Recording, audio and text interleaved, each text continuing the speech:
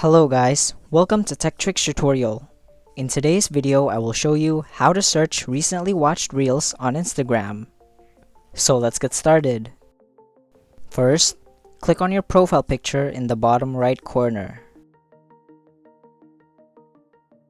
Now click on the three lines at the top right corner. Now, if you click the search bar and you search for watch history, as you can see, there are no results. So let's go back.